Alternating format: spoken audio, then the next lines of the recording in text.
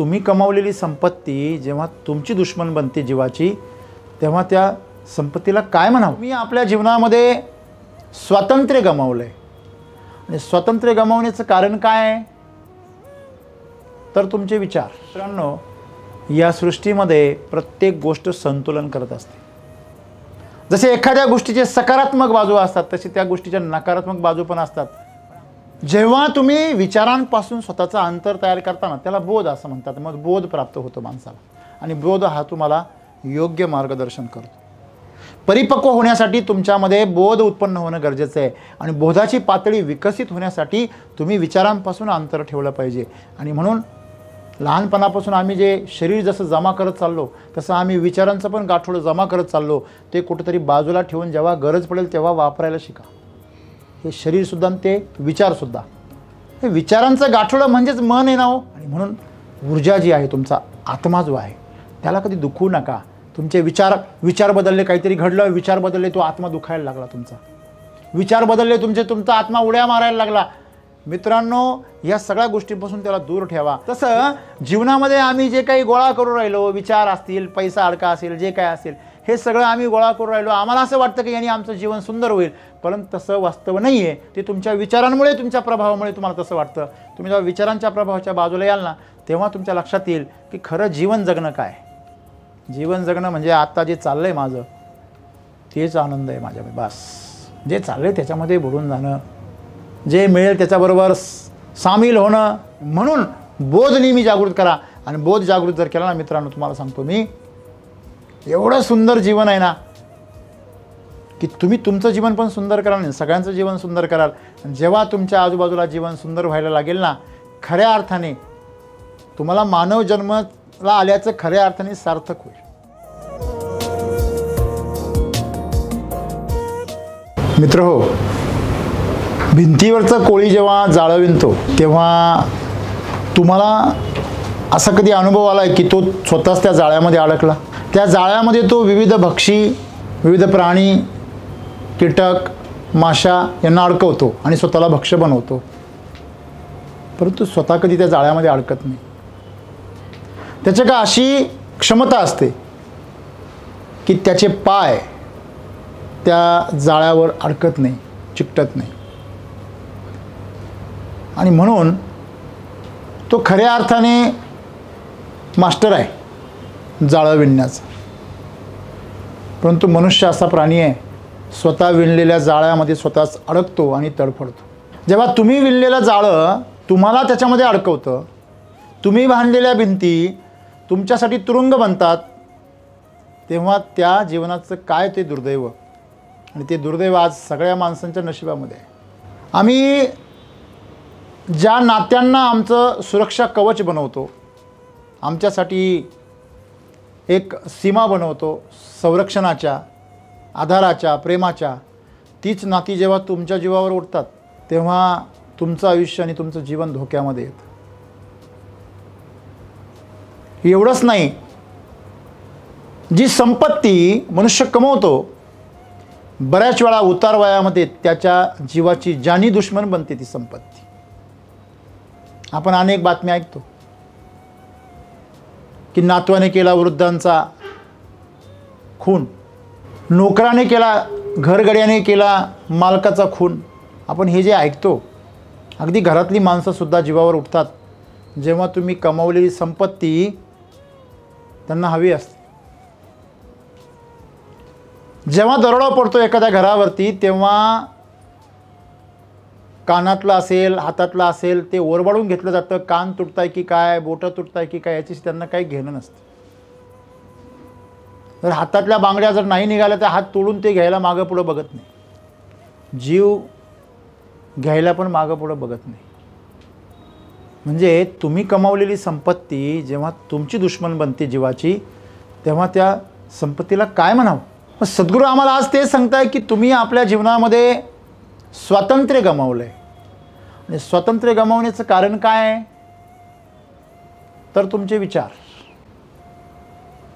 आज तुम्ही जे काही व्यक्तिमत्व आहात, तुमच्या डोक्यात जे काही विचार आहे, ज्या कल्पना आहे जीवनाविषयी, तुमच्या मनामध्ये जे काही संकल्पना आहे सुखाविषयी, प्रगतीविषयी, हे सगळे तुम्ही बाहेरून उसणं घेतलेलं आहे.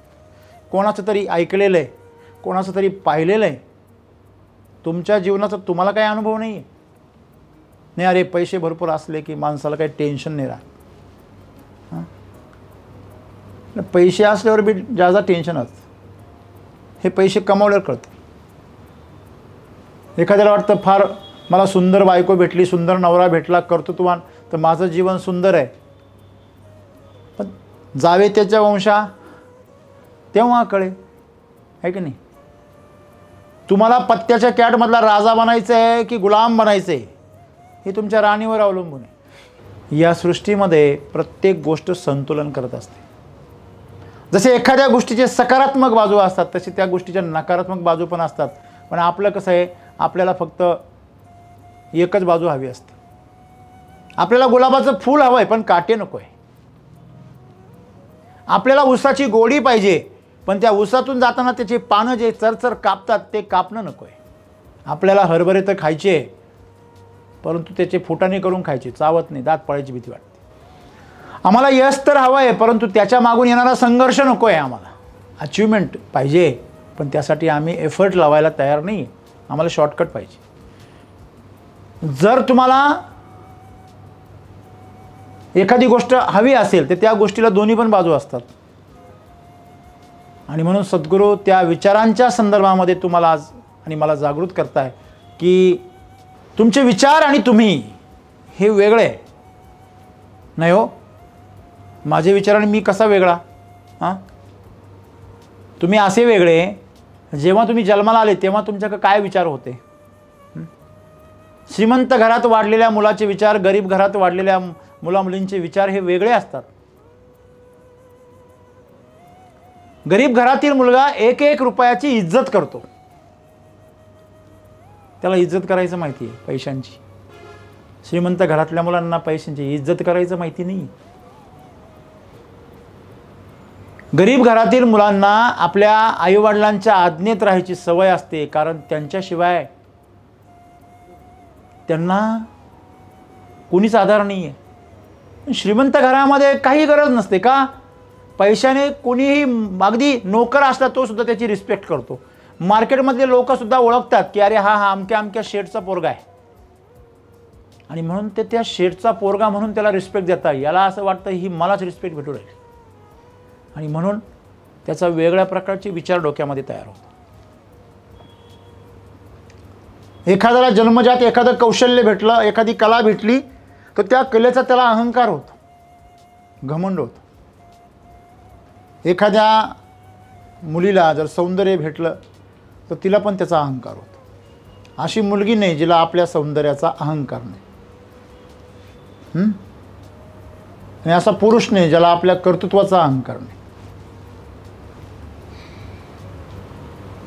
ज्या दिवशी तुम्ही अहंकारावर मात केली त्या दिवशी तुम्ही माणूस नाही राहिलात, तुम्ही महान योगी बनता. आणि योगी थोडी आपल्यामध्ये संसार करता, बरोबर आहे मित्रांनो? तुम्हाला लाखामध्ये हजारामध्ये नाही मिळणार, तुम्हाला कोटीमध्ये एखादा माणूस मिळेल ज्याचा अहंकार शून्य झालेला असतो. सर्व असतं त्याच्याकडे पण अहंकार नसतो. मग अहंकार निर्माण करण्याचं कारणच मुळात विचार आहे. मी श्रीमंत आहे, मी कर्तृत्ववान आहे, मी सुंदर आहे, माझ्याकडे कौशल्य आहे, हा विचार आहे, वास्तव नाही आहे. ते तुम्ही म्हणा कसं काय वास्तव नाही आहे? जर एखादी स्त्री जर सुंदर असेल तर ते वास्तव कशावरून नाही आहे? थांबा ना, काही वर्ष थांबा ना तुम्ही. काही वर्षानंतर ती सुंदर स्त्री, अगदी ती माधुरी दीक्षित का असे ना, पण ती पण काय होणार आहे? म्हातारी हेमा मालिनी. त्या काळामधले म्हणजे विश्वसुंदरी ती सामान्य जनतेसाठी. सगळ्यांना म्हातारं व्हायचं आहे आणि म्हातारं होऊनच म्हणायचं आहे. आणि लक्षात ठेवा, तुमचं सौंदर्य असो, तुमचं कर्तृत्व असो, कितीतरी महान पराक्रम गाजून पुरुष या धर्तीवर होऊन गेले, त्यांचे पराक्रमसुद्धा आज लोक विसरले. त्यांचे महाल आज उजाड पडलेले.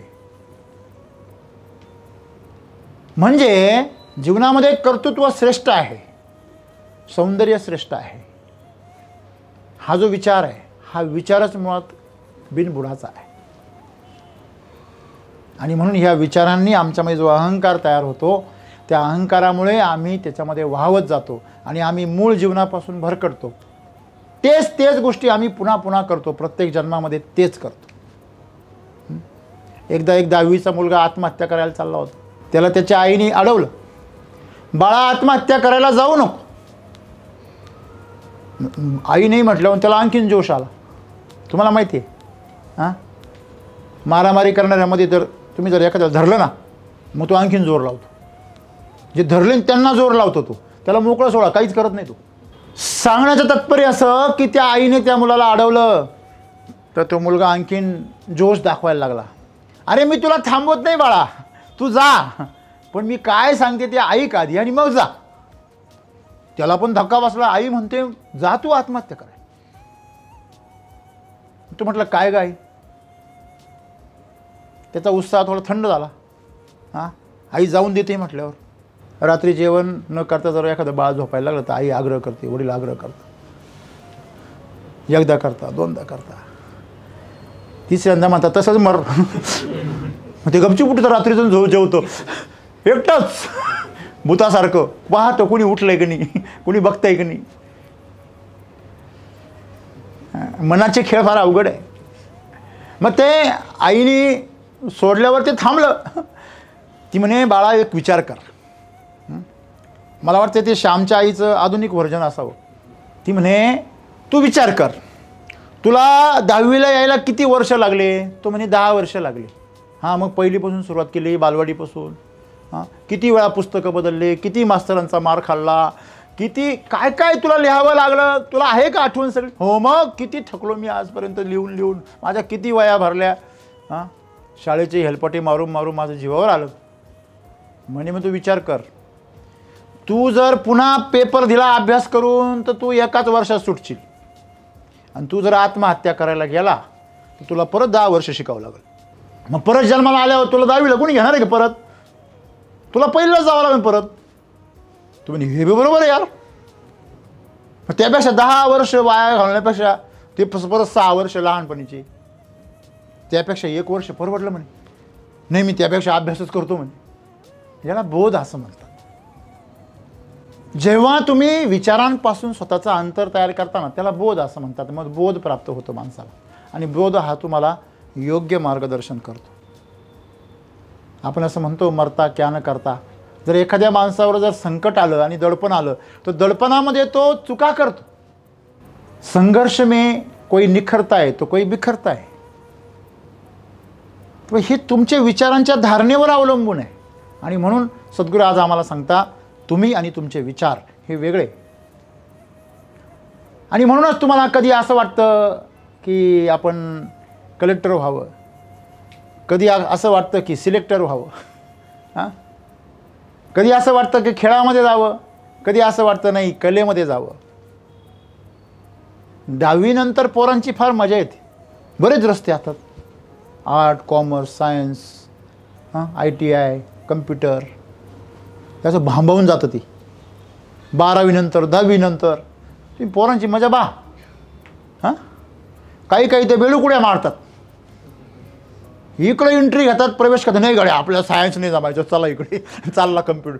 हां, म्हणजे आम्ही जे आमच्या मनामध्ये जे विचार आहे, त्या धारणा आहे, ज्या आतापर्यंतचे जे आम्ही लोकांकडनं ऐकलं, अनुभव केला, जे काय असेल त्या गोष्टींना आम्ही चिकटलो, त्याच्यामुळे आम्ही भरकटतो. जर आम्ही आमच्या विचारांपासून जर अलिप्त झालो तर आम्हाला जे आज दडपण आहे, जी भीती आहे, जी आसक्ती आहे ती नाही राहणार. मला सांगा, एखादा व्यक्ती आहे तो विजेच्या तारेला चिकटलेला आहे आणि तो काय म्हणतोय, अरे मला वाचवा, मला वाचवा. सोडून दे ना तार. तार कोणी धरली का? तारीने याला धरलं. तारीने याला धरलं का? मग कोणी कोणाला धरलं? ह्यानी तार धरली. मग तार कोणी सोडायला पाहिजे. मग का नाही सोडत हा? कारण मेंदू जागेवर नसतो ना. ज्याचा मेंदू त्याही अवस्थेमध्ये काय आहे, स्थिर आहे, त्याही कंडिशनमध्ये तो ती तार सोडू शकतो. पण तेवढा बोध काय पाहिजे, जागृत पाहिजे. आम्ही लहानपणापासून मरल बरं का, मरल बरं का असंच जगतोय. जगल बरं का असं म्हणणारा एक माणूस दाखवा मला. हां, मला काय नाही होणार, मी बिंदास आहे. समोरून ट्रक आला आणि हा मोटरसायकल घेऊन चाललाय, आता मी येलो असंच म्हणतो आपण. आता असं नाही म्हणतो आत्ता थांबा जगलो, असं कोणी म्हणतं का? नाही. बाहेरच्या आजूबाजू सुद्धा म्हणतात आत्ता गेलं. म्हणजे आमच्या मनामध्ये लहानपणापासून मरणाचे संस्कार आहे, भीती, दहशत याचे संस्कार आहे. आणि म्हणून आम्ही नेहमी काय करतो, बोध गमावून बसतो. आणि म्हणून ह्या ज्या मृत्यूच्या भीतीतून बाहेर या.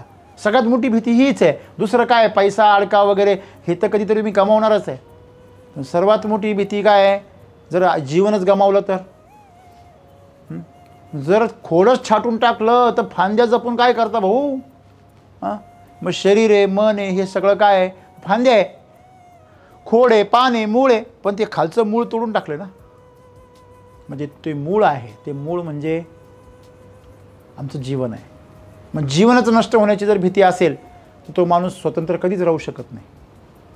आणि म्हणून ह्या भीतीतून जर मुक्त व्हायचं असेल तर तुम्हाला पहिलं विचारांपासून अंतर निर्माण केलं पाहिजे. आमच्या डोक्यात येणारे विचार हे एकतर आमच्या स्मृती आहेत किंवा माहिती आहे किंवा आमच्या कल्पना आहे, ह्याच्या पलीकडे काही नाही. आणि कधीही लक्षात ठेवा की घडून गेलेली गोष्ट ही भूतकाळाची असते, ते तुमचं वर्तमान काळ नाही आहे. हॅलो, अरे मरता मरता वाचलो, वाचला ना तू, गेलं ना होऊन, ते सोड ना विषय. हां, अरे माझं अख्खं कमाईच संपली, अख्खं लुटलं गेलं. अरे पण तू तर आहे ना, ज्याने कमावलं तो आहे ना, मग काय गमावलं? हां, पण जर ज्याने कमावलं तो जर गेला तर, म्हणजे ही जी भावना आहे, विचार आमच्याकडं प्रगल्भ नाही आहे, बोध नाही आहे. बोध नाही आहे म्हणून विचारांचा अंतर. बघा गंमत अशी आहे, तिचा आपण नेहमी प्रश्न विचारतो, कोंबडी आधी की अंडा आधी? सांगा बरं. याच्यावर वाद होईल म्हणून तो विषयच नको, आहे की नाही? म्हणजे आम्ही एक लक्षात ठेवलं पाहिजे, जर प्रकाश असेल तर अंधार नसणार आहे, अंधार असेल तर प्रकाश नाही आहे म्हणून तर आहे ना तो. तसं जीवनामध्ये बोध असेल तर विचार नाही राहत. बघा नीट लक्षात ठेवा, बोध असेल तर विचार नाही राहत. ज्या माणसाला माहिती आहे, ज्ञान आहे, जो ज्ञानी आहे तो सगळं जाणतो, त्याच्या डोक्यामध्ये विचार येता का? मग गणगण कोणच्या डोक्यात राहते? गणगण कोणाच्या डोक्यात आहे? ज्याने पूर्ण अभ्यास केला आणि त्याला कुठलाही प्रश्न विचारा तो उत्तर द्यायला तयार आहे, तो पेपरला जाताना गणगण करतो का? इंटरव्ह्यूला जाताना? मग गणगण कोण करतो? हां, कोणाची फंबलिंग जास्त होती? कोणाचे फ्यूज उडतात? कन्फ्यूज कोण असतो? ज्याचा बोध जागृत नसतो, जो स्वतंत्र नसतो. बरोबर आहे? बघा तुम्ही उंदीर पहा किंवा एखादी खारुताई पहा, अशी जर बाहेर निघाली उंदीर, तो बाहेर निघाल्या लपायला जागा पाहतो. कळते का तुम्हाला? तशी जी माणसांचा बोध जागृत नसतो ना, ती माणसं सतत कुठं ना कुठं लपायचा प्रयत्न करतात. आणि इथं पण पहा, ज्यांना तोंडावर नाही यायचं ना ते मागे उभे राहतात, समोरच्या म्हणतात हां तुम्ही वान पुढे. हां, कारण तो जो प्रभाव आहे, तो प्रभावाची भीती वाटते. न जाणू माझ्या डोक्यावर परिणाम व्हायचा नाही हो, आपल्याला सांसारिक सुख भोगायचं आहे, आयुष्य चांगलं जगायचं आहे, हां मुलं बाळं झाली पाहिजे. आताच संन्यासाचे विचार जर डोक्यात यायला कसं व्हायचं? पण एक लक्षात ठेवा, तुम्ही संन्यस्त होऊन फार सुंदर संसार करू शकता, तेवढा संसार तुम्ही गृहस्थ होऊन नाही करू शकत.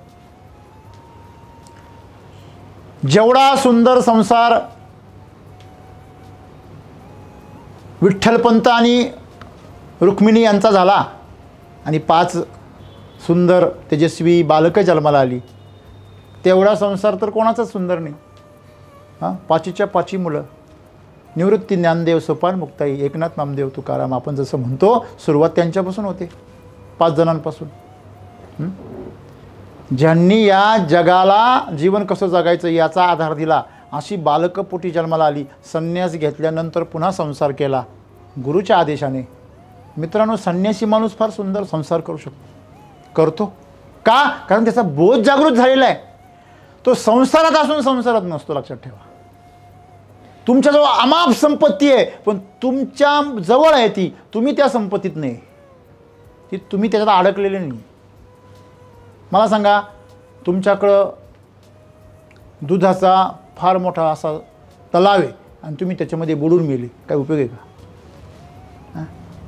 तुमच्याकडं संपत्ती अमाप आहे, तुम्ही त्या संपत्तीच्या अहंकारात बुडून मेले, काय उपयोग आहे का? काहीच नाही आहे. तुमच्याकडं पद प्रतिष्ठा आहे, तुम्ही त्या पद आणि प्रतिष्ठेमध्येच मेले. तुमच्याकडे जे काही आहे त्याच्यामध्ये तुम्ही ज्यावेळी डुबून मारता, तुम्ही स्वातंत्र्य गमावता. तुमचं ते पद असेल, ती संपत्ती असेल, ते वैशिष्ट्य असेल, ते कर्तृत्व असेल, ह्याच्यात तुम्ही आहारी जातात, ते तुम्हाला गुलाम बनवतं. आणि म्हणून गुलाम हा काम नेहमी आज्ञा नसतो, लक्षात ठेवा. तुम्ही ज्ञानाची ताकद मालकाकडे पाहिली का गुलामाकडे पाहिली? कोणाकडे शक्ती कोणाकडे असते? जो रूल करतो त्याच्याकडे असते, आहे की नाही? आणि म्हणून असं म्हटलं, सत्तेपुढे शहाणपण चालत नाही. कळलं तुम्हाला? आणि म्हणून या सृष्टीवर सत्ता कोणाची आहे? परमेश्वराची, असं आपण म्हणतो, ईश्वराची आहे. मग ती सत्ता जर आम्ही मान्य केली आणि आमच्या डोक्यामध्ये जे विचार चालले, आमच्या डोक्यात विचारच हे चालतात, आता कसं होईल? हे बरोबर नाही झालं, हे असं नव्हतं व्हायला लागत, हे चुकीचं चाललेलं आहे, हे असं पाहिजे. म्हणजे जे आम्हाला मान्य आहे आणि जे आमच्या मनाप्रमाणे चालतं त्याचे विचार आमच्या डोक्यात येतात का? नाही. पण जे आमच्या मनाच्या विरुद्ध चालतं ना, त्याचे पटकन आमच्या डोक्यामध्ये काय तयार होता? विचार. आणि त्या विचार आम्हाला असे गुंतागुंत करता की त्या कोळ्यासारखं असं जाळं विणतं आमच्या भोवती का आम्हाला गुरफटून टाकता. नंतर आम्हीच म्हणतो, मला काही कळलंच नाही रे, मी काय करतो. चक्क शुद्धीवर असतं ना. झोपलेला माणूस म्हटला तर ठीक आहे बुवा, मला काय कळत नाही मी काय केलं ते, मी झोपेत होतो. मग तुम्ही डोळे जागे आहे तुमचे, तरी तुम्हाला कळत नाही तुम्ही काय करता. मी काय बोललो मला काही कळलंच नाही, मी चुकून बोलून गेलो, किंवा मी चुकून माझ्याकडनं झालं. हे आम्ही कधी म्हणतो? जेव्हा तुम्ही ॲबसेंट असता. मग तुमचं जीवन जेव्हा ॲबसेंट असतं तरी तुमचे विचार असतात, हे लक्षात ठेवा. म्हणून तुम्ही आणि विचार वेगळे. तुम्ही म्हणजे तुमचे विचार नाही, कारण ते बदलताना. मी म्हटलं की नाही मगाशी तुम्हाला की विचार माणसाचे बदलता, म्हणून तो फॅकल्टी चेंज करतो ना. तो आपल्या आवडीनिवडी काय करतो? बदलतो. जेव्हा तुम्हाला कळलं की अरे कारले जर नाही खाली तर डायबिटीज होतो, आणि डायबिटीज झाल्यावर तुमचं काही खरं नाही, तर तो पहिला कारलं खायला सुरुवात करतो. पण कधी कळल्यावर विचार काय झाला? बदलला. कळलं ना? जीवन बदललं. म्हणून विचार जे आहे हे तुम्ही नाही आहे. म्हणून विचारांपासून काय ठेवा? नेहमी अंतर ठेवा, असं सद्गुरू आम्हाला सांगता. तुमचे विचार आणि तुम्ही याच्यामध्ये तुम्ही जर अंतर निर्माण केलं तर त्या विचारांचा जो दुष्प्रभाव आहे तो तुमच्यावर नाही पडणार.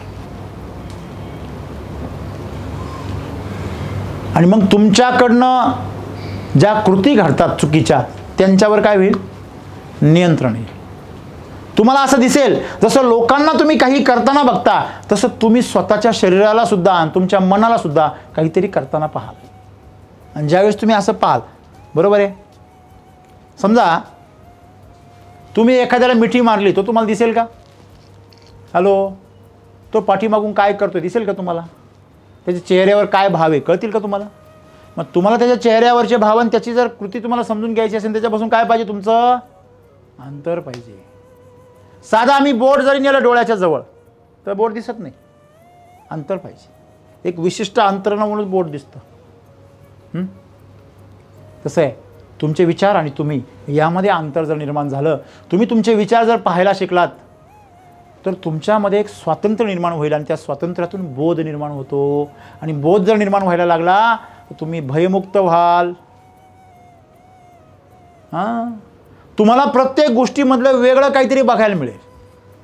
म्हणजे प्रत्येक गोष्टी सामान्य गोष्टी, फार विशेष गोष्टी नसतात, पण तुम्हाला त्याच्या पाठीमागचा बोध कळतो ना. अशी बोध असलेली माणसं ही जगामध्ये प्रभावी ठरतात. ते दुसऱ्यांना मार्गदर्शन करतात, सावध करतात, दुसऱ्यांचं कल्याण करण्यासाठी त्यांच्या जीवनामध्ये योगदान करतात, लोकांच्या समस्या सोडवतात. कारण त्यांना अगोदरच कळतं काय होणार आहे. का? आता तुम्हाला एवढं माहिती आहे का नाही, गॅसवर जर समजा दूध ठेवलं तर ते उतू जाणार आहे, हे सांगायला काही भविष्य पाहिजे का तुम्हाला काय असे पत्रिका पाहावं लागेल आता या दुधाची? हां, काही विधी काही पाहावं लागेल का तुम्हाला? नाही, तिथी पाहायची काही गरज नाही. तुम्ही लाईट आहे, बटन दाबलं फॅनचं तर काय फिरणार आहे? फॅन फिरणार आहे आणि खाली ठेवलेला दिवा जे आहे त्याची वात लुकलुकणार आहे. हे सांगायला तुम्हाला कोण पाहिजे? कोणीच नाही. तुमच्याकडे बोध आहे मग असं म्हणायचं का की बाबा रे, अरे दिवा विझणार आहे, तुला कसं काय कळलं आधी? माठ्या तुला कळत नाही, हे प्रॉब्लेम आहे तुझा. सगळ्यांना कळतं ते. हां, कळतं की तुम्हाला? ह्याच्यामध्ये काही लॉजिक आहे म्हणून आम्हाला कळतं, लॉजिक नाही असं आहे काही नाही. तसं प्रत्येक जीवनातल्या प्रत्येक गोष्टीमध्ये लॉजिक आहे. मग आम्हाला फक्त ह्या लेवलचं कळतं. जसं पहिलीच्या दुसरीच्या पोरांना त्यांच्या लेवलचं कळतं, पाचवीच्या पोरांना त्यांच्या लेवलचं कळतं, हायस्कूलला कॉलेजला ज्या ज्या लेवलला त्या लेवलचं कळतं. तसं जीवनामध्ये पण अवस्था आहे. तुम्ही तुमचा बोध कोणत्या स्तरावर आहे? असं म्हणतात सायंटिस्ट की सामान्य स्तरावर सामान्य माणसाचं वय, मानसिक वय हे 8 ते 12 वर्ष राहतं. शारीरिक वय वाढतं 12 वर्षानंतर, परंतु मानसिक वय 12 वर्षानंतर वाढतच नाही. मग माणसं सगळी बालिशपणाने वागतात. ते दाखवतात बरं का की आम्ही फार मोठे म्हणजे फार पोक्त आहोत वगैरे वगैरे, पण त्यांचा बालिशपणा ओपन करायचा असेल तर थोडी पाजा त्यांना, मग कळेल तुम्हाला. आहे की नाही? हां, म्हणजे खरंच पाजाल बरं का. मी तुम्हाला सांगितलं की त्यांना जर तुम्ही त्यांचा बाह्य मन जर तुम्ही त्यांचं जर सुप्त करू शकलेत तर त्यांच्या अंतर्मनामध्ये ते किती बालिश आहेत हे तुम्हाला कळून जाईल. लक्षात ठेवा, लोक मुखवटे घेऊन जगतात याचा अर्थ ते मोठे झाले असं नाही. परिपक्व होण्यासाठी तुमच्यामध्ये बोध उत्पन्न होणं गरजेचं आहे आणि बोधाची पातळी विकसित होण्यासाठी तुम्ही विचारांपासून अंतर ठेवलं पाहिजे. आणि म्हणून लहानपणापासून आम्ही जे शरीर जसं जमा करत चाललो तसं आम्ही विचारांचं पण गाठोडं जमा करत चाललो. ते कुठंतरी बाजूला ठेवून जेव्हा गरज पडेल तेव्हा वापरायला शिका. हे शरीरसुद्धा आणि ते विचारसुद्धा, हे विचारांचं गाठोडं म्हणजेच मन आहे ना हो, दुसरं काय आहे? हां, मी ह्या देवाला मानतो, मी ह्या पक्षाला मानतो, मला हे आवडतं, मला हा रंग आवडतो, मला अशा प्रकारची फॅशन आवडते, माझी पर्सनॅलिटी अशी आहे, मला अशा स्वभावाची लोक आवडतात. अरे हे सगळं मी साचवलं आहे. मी ओरिजिनल तसा नाही आहे. आतमध्ये जे मी जो आहे त्याला कशाचा स्पर्श होत नाही, ना त्याला रंग आहे ना त्याला रूप आहे. तो निराकार आहे. तुमच्या आतमध्ये जी ऊर्जा आहे ती निराकार आहे आणि ती आनंदी, ती तृप्त आहे, ती पहिल्यापासूनच सगळं आहे तिच्याकडे. पण आम्ही काय केलं? हां, जागा चुकलासी परी तू जागा चुकलाशी. आणि मग आम्ही जागा चुकतो म्हणून आमचं समस्या तयार होते. हां, मला सांगा, गाडीची कुठल्याही गाडीची चाकं फिरता, चाकं फक्त जागेवरच फिरता. हॅलो, गाडी पुढं जाते. हॅलो, कळते का तुम्हाला? चाकं पुढं जात नाही. मग काय ते चाकं कुठं फिरता? जागेवर फिरतात. ते जागेवर फिरताना गाडी पुढं जाते. तसं आहे. त्याच्यामध्ये जो ॲक्सल असतो ना तो तर जागेवरून सुद्धा हलत नाही. 2 चाकांच्या मध्ये जो रॉड असतो ना टाकलेला त्याला ॲक्सल असं म्हणतात, आक असं म्हणतात. तो जागेवरून सुद्धा हलत नाही आणि तो आक तुम्ही आहात. ते जीवन तुमचं आहे. हे फिरणारं जे शरीर आहे, हे मन आहे भिरभिरणारं, हे तुम्ही नाही आहे. म्हणून हे विचारांपासून तुमचा अंतर जर असेल तर तुमचा आक स्थिर राहील आणि तो जर जवळ आणला तर तुमचा आक घसून जाईल. कळतंय तुम्हाला? आणि म्हणून ऊर्जा जी आहे, तुमचा आत्मा जो आहे त्याला कधी दुखवू नका. तुमचे विचार बदलले, काहीतरी घडलं, विचार बदलले, तो आत्मा दुखायला लागला. तुमचा विचार बदलले, तुमचा आत्मा उड्या मारायला लागला. मित्रांनो, या सगळ्या गोष्टींपासून त्याला दूर ठेवा. हेच सद्गुरू आज आम्हाला सांगता. असं जर केलं तर तुम्हाला सगळी दृष्टी मिळेल, दुरून बघण्याची दूरदृष्टी, जशी संजयाला प्राप्त झाली होती. हां, युद्धभूमीवर काय चाललंय, बरोबर आहे की नाही, ते कळत होतं. तशी दिव्य दृष्टी जी आहे ती आमच्या सगळ्यांकडे आहे, पण तिच्यासाठी तुम्हाला विचारांपासून अंतर करावं लागेल. एवढं सोपं नाही आहे ते, पण अवघडही नाही आहे, म्हणजे अशक्य ते बिलकुल नाही आहे. तुम्ही जर प्रयत्न केलात तुमचा बोध जागृत करण्यासाठी, तुम्ही तुमच्या विचारांचा अंतर तयार करा. तुम्ही आणि तुमचे विचार हे वेगळे आहात एवढं जरी लक्षात ठेवलं तर आपोआप अंतर व्हायला काय होईल? जसं काल मी तुम्हाला सांगितलं, कुठलंही व्यसन सोडणं फार सोपं आहे. का? तुम्हाला एकदा कळलं की अरे तो धूर शरीरामध्ये, मला सांगा, धूर झाल्यावर घरात तुम्हाला काय होतं? कसं तरी होतं ना. आणि तुम्ही तुमच्या शरीरात धूर करून राहिले. हे जेव्हा कळतं, अरे काय बकवासगिरी आहे, पैसे खर्च करून धूर करायचं आतमध्ये, हे जेव्हा कळतं ही बकवासगिरी आहे, मग आपोआप सुटतं. अरे बकवासगिरी कधी कुणी करतं का? नाही, बोगसगिरी. हां, मला सांगा, माणसं शुद्धीवर यावी, जागी राहावी म्हणून किती प्रयत्न करतो आपण. हां, हलवतो फक्त त्याला, पाणी मारतो, कांदा सुंगवतो, आहे की नाही, उठ उठ. आणि लोक दारू पिऊन बेशुद्ध होता. मला सांगायचं तात्पर्य आहे का, जे जीवन मिळावं म्हणून लोक प्रयत्न करतात, जागं व्हावं म्हणून लोक खर्च करता, ते तुम्हाला तसंच मिळालेलं आहे. तुम्ही त्याला आणखीन खर्च करून दारू पाजून का झोपी लावता? का त्याला तुम्ही बेशुद्ध करता? हे जेव्हा कळतं माणसाला, तेव्हा कळतं अरे काय बावळटपणा आहे दारू पिणं. मग बावळटपणा जेव्हा दिसतो, मूर्खपणा जेव्हा दिसतो, तेव्हा सोडायची गरज पडत नाही, ती आपोआप सुटते. तसं जीवनामध्ये आम्ही जे काही गोळा करू राहिलो, विचार असतील, पैसा अडका असेल, जे काय असेल, हे सगळं आम्ही गोळा करू राहिलो. आम्हाला असं वाटतं की यांनी आमचं जीवन सुंदर होईल, परंतु तसं वास्तव नाही आहे. ते तुमच्या विचारांमुळे, तुमच्या प्रभावामुळे तुम्हाला तसं वाटतं. तुम्ही जेव्हा विचारांच्या प्रभावाच्या बाजूला याल ना, तेव्हा तुमच्या लक्षात येईल की खरं जीवन जगणं काय. जीवन जगणं म्हणजे आत्ता जे चाललं आहे माझं, तेच आनंद आहे माझ्यामध्ये. बस, जे चाललं आहे त्याच्यामध्ये बुडून जाणं, जे मिळेल त्याच्याबरोबर सामील होणं. तुम्ही गावाला गेले का, घरचे म्हणता अरे काय तुला काय आठवण मिठवण येते का नाही? हा सगळा मायामोह आहे. काय? हां, मायेचा बाजार आहे. मायेचा बाजार आहे म्हणून त्यांचा त्याग करायचा का नाही, त्यांच्यावरही प्रेम करायचं, त्यांचीही काळजी घ्यायची, परंतु गुंतून नाही पडायचं. स्वतःच्या विचारांपासून जेव्हा तुम्ही अंतर तयार कराल आणि तुमच्यामध्ये जागृती निर्माण कराल, तर तुम्ही तुमच्या पूर्ण कुटुंबाला भविष्यामध्ये काय कराल? जागृत कराल. आणि तुमचं जे कुटुंब आहे, ते कुटुंब खऱ्या अर्थाने तुमचा आभार मानेल. तुम्हाला माहिती आहे का, मुलाबाळांचं सर्वात मोठं कर्तव्य काय आहे? मुलं बाळं जन्माला घालण्याचं सर्वात मोठं उद्दिष्ट काय?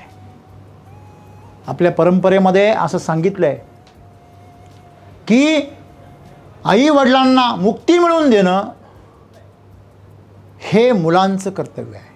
त्याच्या शरीराला अग्निडाग देणं अंत्यविधीला, आणि त्यानंतर त्याचे सर्व विधी कर्म करून त्याच्या आत्म्याला मुक्त करणं, ह्याच्यासाठी संतान पाहिजे. मुलगी असो मुलगा असो, ती मुक्ती किती महत्त्वाची.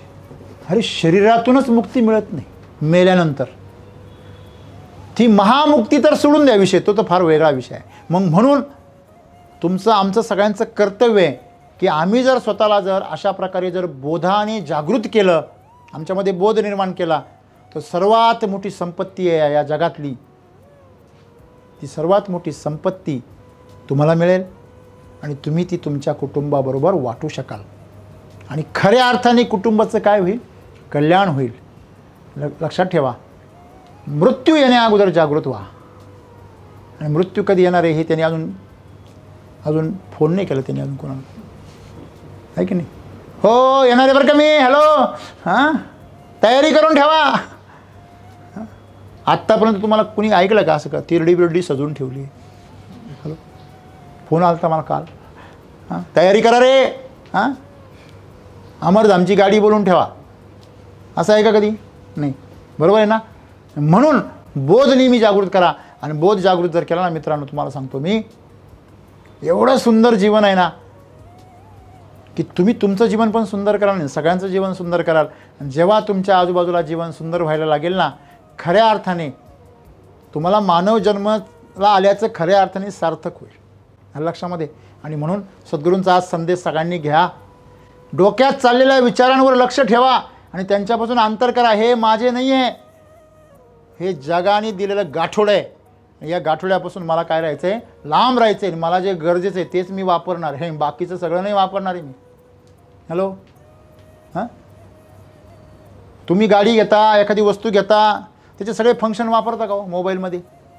आम्हाला हे लक्षात राहिलं पाहिजे, आम्हाला जेवढं गरजेचं आहे तेवढंच आम्ही वापरतो, बरोबर की नाही? मग तसंच तुमच्या विचारांच्या बाबतीत पाहिजे. जे तुम्हाला अनुकूल आहे तेवढंच वापरा. किती जण शाळेमध्ये 10वीला साईन कॉस थिटा शिकले? जमत नव्हतं तरी शिकले.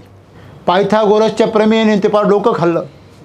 पायथागोरसचे प्रमेय दिसले आणि कॉस साईन थिटा दिसलं का असे सरांचं अशी काठी दिसती. आम्ही त्या गोष्टी परत जीवनामध्ये वापरल्या का? नाही. तुम्ही जर साईन कॉस थिटा एवढं महत्त्वाचं होतं म्हणून तुम्ही जर पाठ करत राहिले असते ना, आता पण तेच डोक्यात असतं तुमच्या, तर तुम्ही आता पागलखान्यामध्ये असते. हॅलो, खरे खोटे? मग विचारांच्या बाबतीमध्ये आमचा तोच समस्या आहे. आम्ही नको असलेले विचारसुद्धा सारखे त्याच्याबरोबर आम्ही काय करत राहतो, चिवडत राहतो, सारखे डोक्यामध्ये चालू राहतं, गणगण गणगण. हां, तुम्हाला ज्या मोळामध्ये मदच नाही आहे ते मोळ कशाला उठवता? हां, तुम्हाला माश्या चावून घ्यायची फार हौस आहे का? मग ही समस्या आहे. म्हणून सद्गुरूंना सांगावं लागलं की त्या मोळापासून लांब राहा. तुम्हाला गरज नाही. तुम्हाला माहिती नाही त्याच्यामध्ये आग्या मोळाच्या माश्यांची मध काय उपयोगाचं नाही. अंतर ठेवा लक्षामध्ये. आणि अशा प्रकारे अंतर निर्माण करा आणि जे स्वातंत्र्य तुम्हाला मिळेल त्या स्वातंत्र्यातून तुमचा बोध विकसित होईल आणि तुम्हाला तुमच्या सार्थक जीवनाचा रस्ता स्वतःला कळेल. धन्यवाद.